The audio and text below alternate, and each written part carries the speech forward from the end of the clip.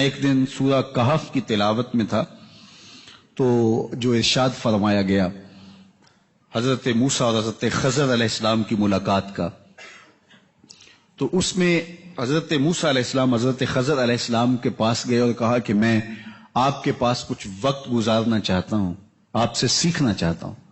تو آپ نے کہا کہ تم میرے معاملے میں اگر خاموشی اختیار کرو اور بولو گے نہیں تو تم میرے ساتھ پھر رہ سکتے ہو، ورنہ میرا تمہارا ساتھ نبھ نہیں سکتا۔ تو کہا کہ میں بالکل آپ کے معاملے میں خاموشی اختیار کروں گا۔ اب سب سے پہلے وہ کشتی پہ بیٹھے اور جو کشتی کا مالک تھا اس نے کرایہ بھی نہیں لیا، اور جب اترنے لگے تو حضرت خضر علیہ السلام نے لاٹھی مار کے کشتی توڑ دی۔ تو حضرت موسیٰ علیہ السلام سے نہ رہا گیا کہ ان بیچاروں نے ہم سے کرایہ تک وصول نہیں کیا اور آپ ان کی کشتی کو توڑ رہے ہیں۔ فرمایا میں نے کہا تھا کہ تم میرے ساتھ صبر نہیں کر پاؤ گے۔ خیر آگے گئے تو ایک بچہ تھا جو کھیل رہا تھا اور اس کی گردن توڑ دی، اسے قتل کر دیا۔ تو حضرت موسیٰ علیہ السلام سے پھر نہ رہا گیا، کہا اس نے قصور کیا تھا کہ آپ نے اس کی گردن کاٹ دی؟ تو کہا میں نے کہا تھا کہ میرے ساتھ تم صبر نہیں کر پاؤ گے۔ چونکہ حضرت خضر علیہ السلام تکوینی علوم کے ماہر تھے اور حضرت موسیٰ علیہ السلام اس حوالے سے صبر نہ کر پائے۔ خیر آگے گئے، جو میرا مقصود ہے جس پہ میں بات کرنا چاہتا ہوں، ایک بستی میں داخل ہوئے جن سے کھانا مانگا اور انہیں کھانا نہ دیا۔ یہاں یہ بات ذہن میں رکھیے کہ سوال کرنے سے منع کیا گیا ہے، لیکن حالت مخمصہ میں سوال کرنا جائز ہے۔ ایک دوسری بات یہ ہے کہ آپ کسی کے مہمان ہوں تو اپنے میزبان سے آپ کھانا مانگ سکتے ہیں، یہ سوال کے زمرے میں نہیں آئے گا۔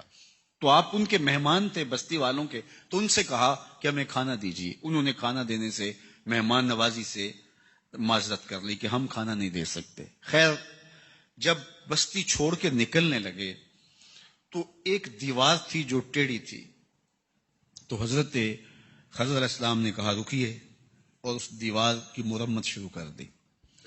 تو حضرت موسیٰ علیہ السلام سے پھر نہ رہا گیا، کہا کہ دیکھو یہ ہمیں کھانا تک دینے کے لیے تیار نہیں ہے اور ہم ان کی دیواریں سیدھی کر رہے ہیں۔ تو حضرت خضر نے کہا کہ اب تمہارے اور میرے درمیان جدائی ہے، تم میرے معاملات میں صبر نہیں کر پائے، اب میں تمہیں بتا دیتا ہوں کہ میں نے یہ 3 کام کیوں کیے ہیں۔ میں سب سے پہلا کام کہ میں نے کشتی توڑ دی۔ یہ کشتی مسکین لوگوں کی تھی اور ان کے گھر کا چولہا اس کشتی سے ہی چلتا تھا۔ دریا کے کنارے کنارے ایک ظالم بادشاہ رہا تھا جو کشتیاں چھین لیتا تھا۔ اب میں نے ان کی کشتی کو عیب لگا دیا اور وہ ٹوٹی ہوئی کشتی چھوڑ کے چلا جائے گا اور بعد میں یہ تھوڑے سے پیسوں سے مرمت کروا لیں گے۔ تو بتاؤ کہ میں نے برا کیا؟ باقی رہی بات اس بچے کی، تو اس کے والدین بہت نیک تھے، لیکن یہ بچہ بڑا ہو کے سرکش اور متمرد ہو جاتا، جس کی وجہ سے ماں باپ کو بہت تکلیف ہوتی۔ تو اس کو قتل کر دیا میں نے، اور اللہ اس کے بدلے انہیں بہتر عطا کرے گا۔ حضرات مفسرین نے لکھا ہے کہ اللہ نے اس بچے کے بدلے میں اس کے والدین کو ایک بیٹی عطا کی جس کی نسل سے 70 نبی پیدا ہوئے۔ اب فرمایا اب تیسری بات آؤ، تیسری بات کہ ہم نے یہ دیوار سیدھی کیوں کی؟ انہوں نے ہمیں کھانا بھی نہیں دیا اور ہم ان کی دیواریں سیدھی کر رہے ہیں۔ تو کہا کہ یہ دیوار 2 یتیم بچوں کی تھی، یہ 2 یتیم بچوں کی دیوار تھی اور اس کے نیچے ان کا خزانہ تھا۔ اور آگے جو لفظ فرمائے وَكَانَ أَبُوهُمَا صَالِحًا، اور ان کا باپ بڑا نیک تھا۔ جب باپ اچھے ہوں تو ان کی نیکی اولاد کے کام آ جاتی، اولادیں اچھی ہوں تو ماں باپ کو فائدہ پہنچتا ہے، قبر میں بھی فائدہ پہنچتا ہے، اور ماں باپ اچھے ہوں تو اولاد کو فائدہ پہنچتا ہے۔ تو کہا کہ ان کے ماں باپ بڑے صالح، کانا ابوہما صالحا۔ حضرت علامہ صاحب روح المعانی فرماتے ہیں، قاضی مظہر اللہ پانی پتی علیہ رحمہ فرماتے ہیں کہ یہ ان کا اپنا باپ نہیں تھا، سکا باپ نہیں تھا، بلکہ 7ویں پشت میں ان کا دادا تھا جس کا نام تھا حضرت کاشف، تو اس کی نیکی ان بچوں کے کام آئی. کہا ان کا دادا، ان کا باپ، کان ابوہما صالحا، ان کا باپ بڑا نیک تھا. تو اللہ کے 2 پیغمبر اس کی دیوار کو سیدھا کر رہے ہیں. تو کہا اس کے نیچے ان کا خزانہ تھا. اب یہ بچے ہیں، اگر دیوار گر جاتی ہے تو یا تو لوگ اٹھا کے لے جائیں گے، دوسری صورت میں یہ ہے کہ بچے اپنا خزانہ اس عمر میں، جبکہ عمر کے کچے ہیں، تو وہ اٹھاتے ہیں تو وہ ضائع کر بیٹھیں گے. تو جب یہ بالغ ہو جائیں گے، اپنی اس خاص عمر کو پہنچ جائیں گے، تو پھر دیوار گرے گی. تو پھر جب دیوار گرے گی تو پھر یہ خزانہ، اس کو سنبھالنے کی صلاحیت اور استطاعت ان کے پاس ہوگی، اس سے کوئی کاروبار کر سکتے، اپنی ضروریات پوری کر سکتے ہیں. اس لیے ہم نے یہ دیوار کھڑی کر دی. اور جب تک بچے بالغ نہیں ہوتے اور اپنی اس خاص عمر تک نہیں پہنچ سکتے جس عمر میں یہ خزانے کو محفوظ کر سکتے ہوں، اتنی دیر تک یہ دیوار لگی رہے گی. اور جب اس عمر کو پہنچ جائیں گے تو دیوار گر جائے گی اور یہ اپنا خزانہ اٹھا لیں گے.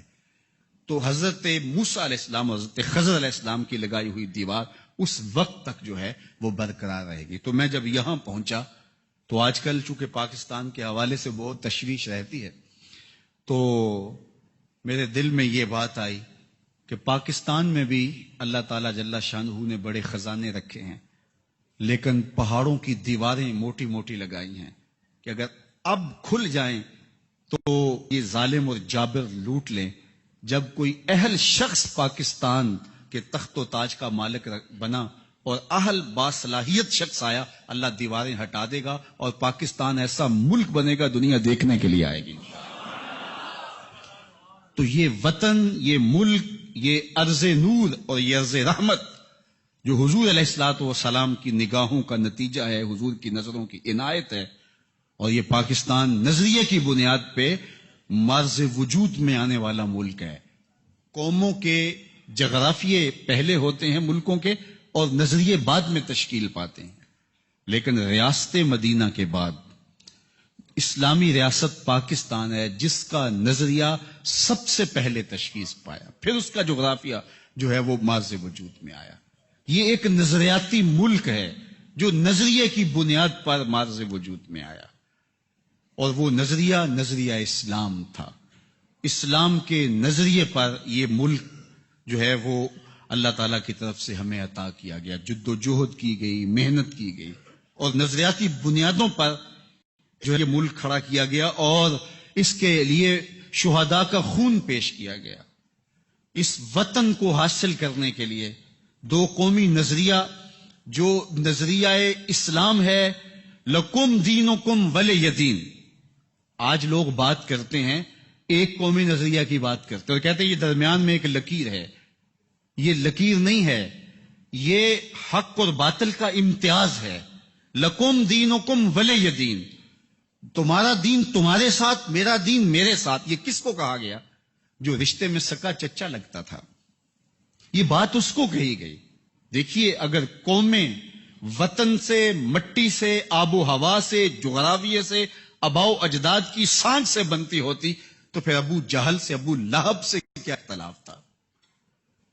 یہ اختلاف وطن کی بنیاد اور وطن کی قومیت کی بنیاد جو ہے وہ وطن کی مٹی نہیں ہے، جغرافیائی صورتحال نہیں ہے، بلکہ اس کی بنیاد نظریہ ہے. اور اس نظریے کی بنیاد پہ سکا چچا لگتا تھا تو کہا کہ تمہارا ہمارے ساتھ کوئی تعلق نہیں. اور سلمان فارس سے آیا، سینے سے جوڑ کے کہا سلمان منا اہل البیت، سلمان میرے اہل بیت سے ہے.